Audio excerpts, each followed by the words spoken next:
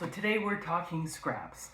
For the longest time I carried my scraps around in a bag like this, but all the long pieces tended to get a bit damaged. And then again, I've tried the iris boxes for holding and collecting my scraps, but you tend to just toss them all in and becomes a big search to find anything that you may be looking for. So you tend not to go there and cut more paper. So the system that I switched to stay completely organized is using the Creative Memories Power Project folders and the pods. So the Power Project folders were originally designed to hold power collections together, in which you can keep your embellishments, your ribbons, your mats, your stickers, and then on the inside all your paper that you might need. And they were just amazing for that. But who's to say that it's limited to just using that? So with the system that I'm using, I am taking my Power Project folders and a pod. So the pods come individually wrapped, and they will sit in a calyx unit. They will drop nicely in a bag. They just work great for everything. And then they do have the labels on the side, so you can mark it down what's on it when it's sitting inside your calyx unit. Or for me, it just sits on my desk because I live out of these ones now.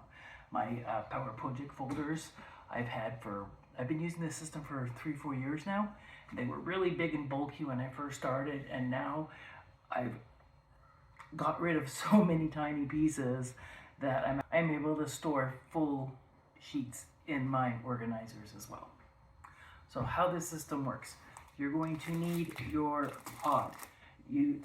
For a starter set, you're going to need 2 of your Power Project folder sleeves. And if you want to go to the advanced method right away, you can add in a set of Power Simple sleeves. As a bonus for anyone that orders through my website or contacts me to place an order for them, I am giving them a power layout guide, and that is part of the power layout system. And I will show you how I use that. So we'll put all this away, and I'll show you how I use my guides. So with your Power Project folders, the first thing you want to do is take all your pieces and then sort them by sizes. So anything long and skinny will go in the back, things that you don't want to get beat up. If it's really so short that you can't reach it easily, then it's going to go into the upper pocket at the top. I also keep my journaling boxes in here as well. All your smaller pieces you can sort in the smaller compartments in the front, and then on the inside you can start sorting all your larger pieces. So these ones here, I'm going from biggest in the back to smaller in the front. When you're placing them in your system, as I said, you need 2 sets of the Power Project folders to start with, because they come 4 to a set. This will give you your basic color wheel, right? Yellow, orange, red, purple, blue, green, and it'll give you 2 more, so you'll have your white and your black.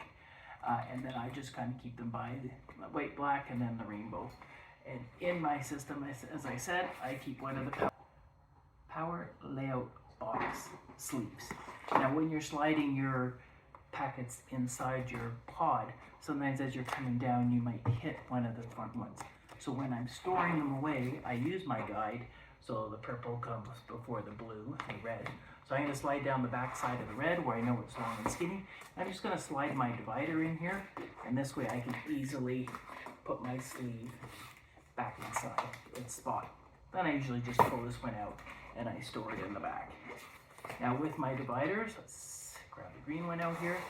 As I said, you can add all your extra smaller pieces.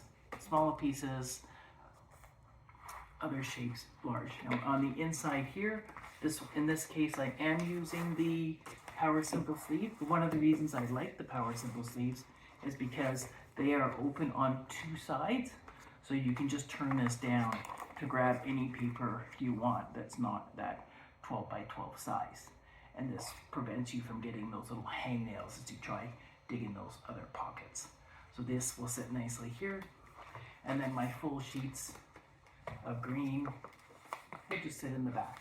Now I tend to organize both my printed paper and my cardstock together. I know some of you are having a little heart attack right now, but I just found in the end, sometimes when I'm looking for a smaller piece to mat a photo, a lot of times I'm looking through and I think, oh, this little bit of print will work really nice. Whereas if I had it separately stored, I may not even notice or go to look for it. So this is how this system works. It's nice and easy. Everything sits in the box just great. And then again, from here, you can expand out to go into 2 pods if you want to break out some colors. Separate your pinks and reds, which I have mixed together into 2 different packages. You can do your teal blues versus your bright blues. If you need to, you can add brown, vellum, and any other shade that you like, your metallics, etc. But it's a great system to start just with the 2 kits and the pod. I will add a link at the end of this video if you want to know how to do a power layout, and also how you can use the pods and integrate the whole Creative Memories organizational system in some other videos I've done in the past. I hope this system works for you as well as it works for me. We'll catch you in the next video. Don't forget to like and subscribe.